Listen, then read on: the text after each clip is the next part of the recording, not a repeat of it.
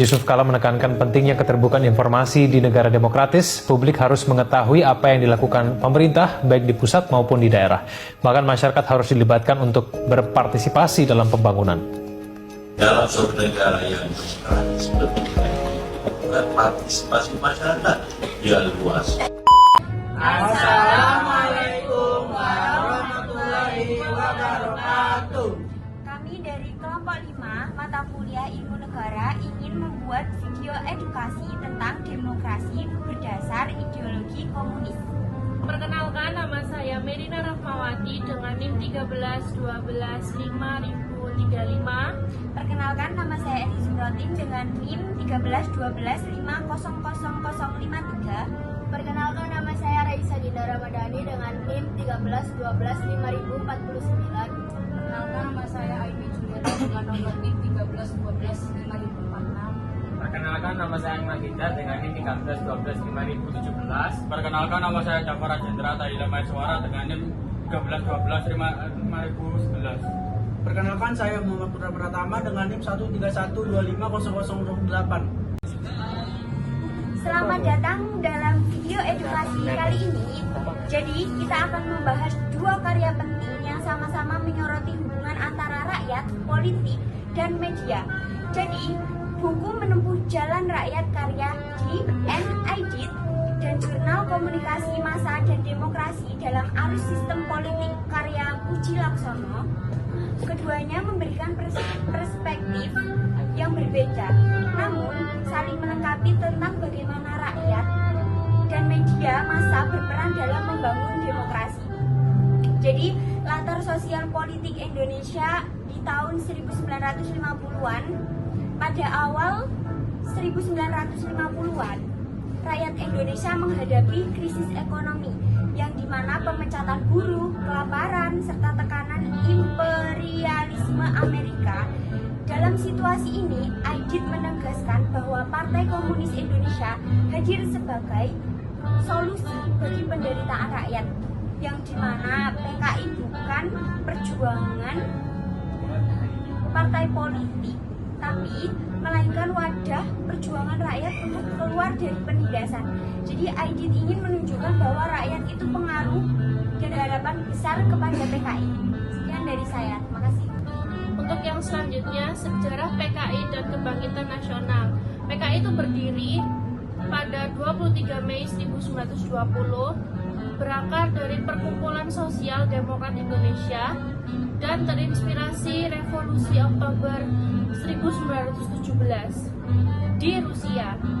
Aidit menekankan bahwa PKI adalah kelanjutan dari kebangkitan nasional 1908, namun lebih kuat karena berlandaskan teori revolusioner Marxisme Leninisme. Usia panjang PKI 32 tahun pada saat pidato ini, dan dijadikan simbol ketahanan ideologi dan organisasi dalam menghadapi kolonialisme dan fasisme. Untuk yang ketiga, strategi politik PKI. Strategi politik PKI adalah membangun front persatuan nasional, buruh, tani, intelektual, dan rakyat progresif diajak bersatu melawan imperialisme. Aidit menegaskan bahwa PKI bersedia bekerja sama dengan partai lain, tetapi tetap kritis terhadap pemimpin yang oportunitis. Ia menuduh Partai Sosialis Kanan sebagai pengkhianat rakyat, agen imperialisme, dan pemecah gerakan buruh. Dengan demikian, PKI menegaskan bahwa dirinya sebagai partai buruh sejati yang konsisten melawan penindasan. Kemudian, Aidit membantah tuduhan bahwa PKI ingin mendirikan diktatur partai. Ia memperkenalkan konsep diktatur demokrasi rakyat, yaitu kekuasaan mayoritas rakyat atas minoritas reaksioner seperti imperialis dan tuan tanah besar. Demokrasi rakyat berbeda dari demokrasi liberal ala barat. Demokrasi rakyat hanya memberi ruang kebebasan bagi rakyat, bukan bagi musuh rakyat. Konsep ini adalah inti ideologi PKI, adaptasi Marxis-Lenis ke konteks Indonesia. Kemudian, Puji Laksono dalam jurnalnya menyoroti peran komunikasi massa dalam sistem politik. Media massa berpotensi menjadi the fourth estate, pilar keempat demokrasi. Dalam sistem demokratis, media berfungsi sebagai penghubung aspirasi rakyat dan alat kontrol terhadap pemerintah. Namun, dalam sistem otoriter atau komunis, media hanya menjadi alat propaganda atau indoktrinasi. Artinya, peran media sangat bergantung pada ideologi negara. Melanjutkan dari segmen 5, teori pers dan model media politik, Puji Laksono menjelaskan 4 theories of pers: otoriter, libertarian, tanggung jawab sosial, dan komunis. Ia mengutip 3 models of media politics: liberal, korporat, demokrasi, dan terpolarisasi. Modelnya liberal menekankan minimnya campur tangan negara dan dominasi pasar internasional. Model korporat demokratis menekankan regulasi ketat namun tetap melindungi kebebasan media, dengan model yang menunjukkan keterlibatan negara yang kuat dengan media yang berpihak. Pada analisis ini menunjukkan bahwa hubungan media dan politik sangat bergantung pada ideologi serta sistem pemerintahan yang berlaku.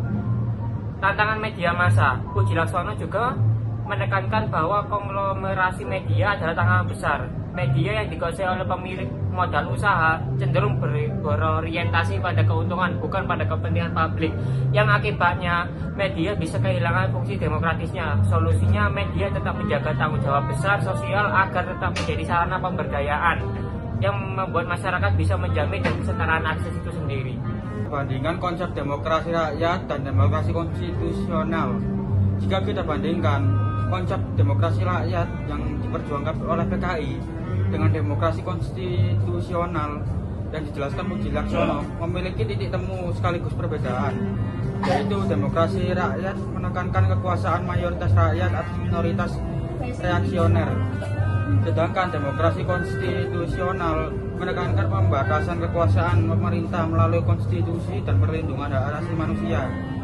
Keduanya sama-sama menolak kekuasaan absolut, tetapi pendekatan PKI lebih radikal dengan menyingkirkan musuh rakyat, sementara demokrasi konstitusional memberi ruang bagi semua warga negara. Perbandingan ini menunjukkan betapa beragamnya tafsir demokrasi dalam sejarah.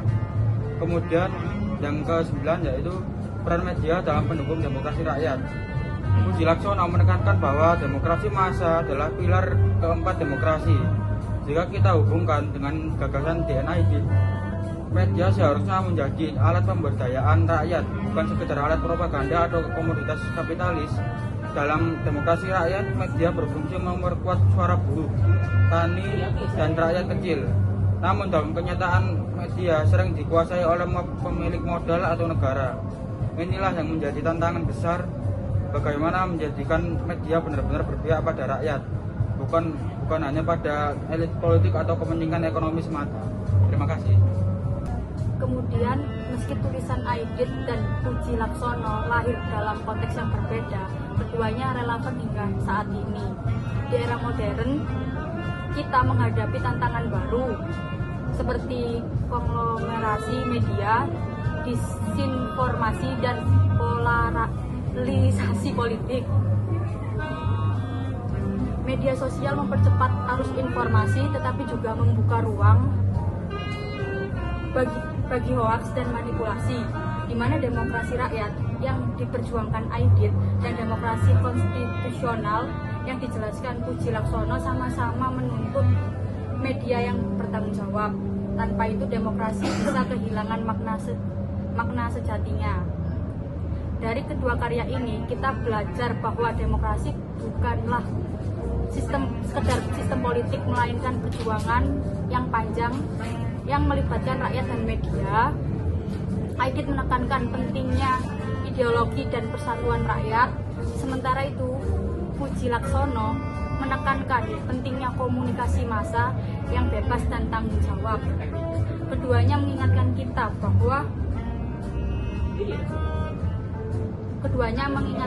bahwa demokrasi sejati hanya bisa terwujud bila rakyat memiliki kekuasaan politik dan media massa tetap berpihak pada kepentingan publik.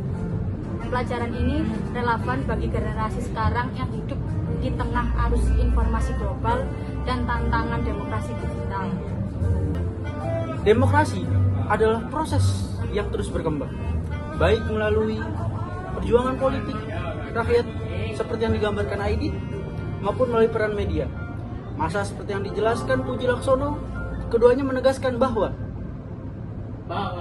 demokrasi membutuhkan partisipasi aktif rakyat dan media yang bertanggung jawab. Semoga pembahasan ini memberi kita wawasan tentang pentingnya menjaga demokrasi, politik, tetapi sebagai nilai yang hidup dalam masyarakat. Jadi dari kedua karya ini kita tuh belajar bahwa perjuangan rakyat dan peran media massa sama-sama penting dalam membangun demokrasi. Aidit menekankan kekuatan politik rakyat melalui PKI dan konsep demokrasi rakyat, yang sementara Puji Laksono menekankan pentingnya media massa sebagai pilar demokrasi. Keduanya mengingatkan kita bahwa demokrasi sejatinya hanya bisa terwujud bila rakyat memiliki kekuatan politik dan media massa tetap berpihak pada kepentingan publik, bukan kepentingan elit atau modal. Sekian dari kami, terima kasih. Sekian dari kelompok kami, mohon maaf apabila ada salah kata. Wabillahi taufiq wal hidayah, wassalamualaikum warahmatullahi wabarakatuh. Happy New Year.